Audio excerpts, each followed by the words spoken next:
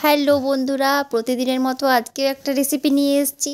আজকে দেখাবো বাড়িতে কিভাবে সহজেই এত সুন্দর ফুলকো ফুলকো গুড় পিঠে বানানো যায়। বন্ধুরা, গুড় পিঠে যদি পাকটা না ভালো হয় তাহলে কিন্তু কোনো মতেই পিঠেটা হবে না, শুধু ভেঙে যাবে। তাই বন্ধুরা, অনেকেই গুড় পিঠে বানাতে পারে না। যারা পারো তাদের ঠিক আছে বন্ধুরা, কিন্তু যারা পারো না তারা কিন্তু এই ভিডিওটা একবার দেখলেই এই রকম ফুলকো ফুলকো গুড় পিঠে বাড়িতেই বানাতে পারবে। তাই ভিডিওটা শেষ পর্যন্ত দেখতে থাকো। ভালো লাগলে অবশ্যই একটা লাইক দিয়ে কিন্তু আমার চ্যানেলটা সাবস্ক্রাইব করতে ভুলবে না, এই রকম নতুন নতুন ভিডিওর আপডেটস পাওয়ার জন্য।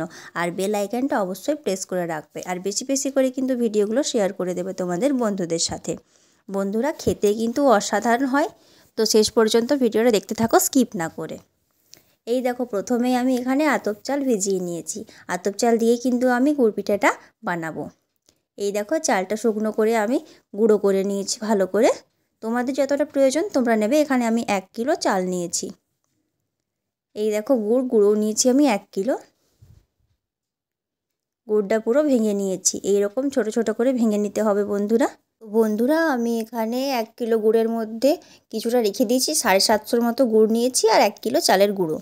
এই দেখো, কড়াই বসিয়ে দিলাম, একটুখানি জল দিয়ে দিলাম প্রথমে গরম হওয়ার জন্য। এই জলটা কিন্তু আগে গরম করে নিতে হবে। এরপর দেখো, যে গুড়টা আমি ছোট ছোট করে টুকরো করে ভেঙে রেখেছিলাম সেই গুড়টা আমি এই জলের মধ্যে দিয়ে দিলাম। ভিডিওটা কিন্তু একটু স্কিপ করবে না বন্ধুরা, নয়তো কিন্তু পিঠেটা ঠিক মতো হবে না।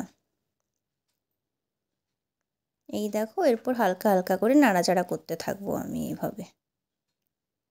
প্রথমে কিন্তু ফ্লেমটা লো রাখবে বন্ধুরা, তাহলে কিন্তু ভালো হয়, নয়তো গুড়টা পুড়ে যাওয়ার সম্ভাবনা থাকে।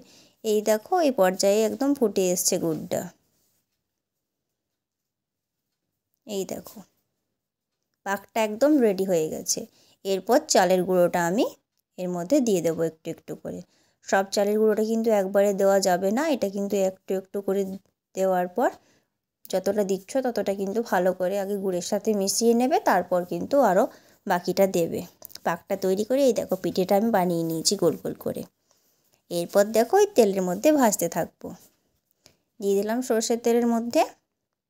সর্ষের তেল দিয়েই কিন্তু পিঠেগুলো ভাজবো আমি। এই দেখো, কত সুন্দর ফুলে উঠেছে পিঠেগুলো। দেখতে কতটা সুন্দর লাগছে, আর দেখলে বন্ধুরা কত সহজেই কত সুন্দর ফুলকো ফুলকো গুড় পিঠে বানিয়ে নিলাম। এই দেখো, এইগুলো এরপর উল্টে নিচ্ছি। মুচমুচে করে ভাজতে হয়।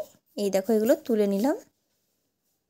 তো দেখো বন্ধুরা, আমি এইভাবেই কিন্তু সব পিঠেগুলো বানিয়ে নিয়েছি। দেখো, প্রত্যেকটা পিঠে কিন্তু ফুলকো ফুলকো হয়েছে। দেখতে কতটা সুন্দর লাগছে পিঠেগুলো। তো বন্ধুরা, তোমরাও যদি চাও এইরকম ফুলকো ফুলকো গুড় পিঠে বানাতে, তাহলে কিন্তু তোমরা অবশ্যই এইভাবে যেভাবে আমি বানালাম সেইভাবে কিন্তু বানাও। একদম ফুলকো ফুলকো গুড় পিঠে হবে, বাড়িতেই তোমরা তৈরি করে নিতে পারবে। আর খেতে কিন্তু অসাধারণ লাগে বন্ধুরা, একদম মুচমুচে হয়। একবার খেলে কিন্তু বারবার বানিয়ে খাবে, এতটাই সুস্বাদু হয়। তো ভিডিওটা ভালো লাগলে অবশ্যই একটা লাইক দেবে। আর এই রকম ধরনের আরও নতুন নতুন রেসিপি পাওয়ার জন্য কিন্তু আমার চ্যানেলটা অবশ্যই সাবস্ক্রাইব করে রাখতে হবে। আর পাশে থাকা বেল আইকনটা প্রেস করতে হবে আমার ভিডিওর নোটিফিকেশান সবথেকে আগে পাওয়ার জন্য। তো বন্ধুরা, তোমরা সবাই খুব ভালো থেকো, সুস্থ থেকো, সাবধানে থেকো।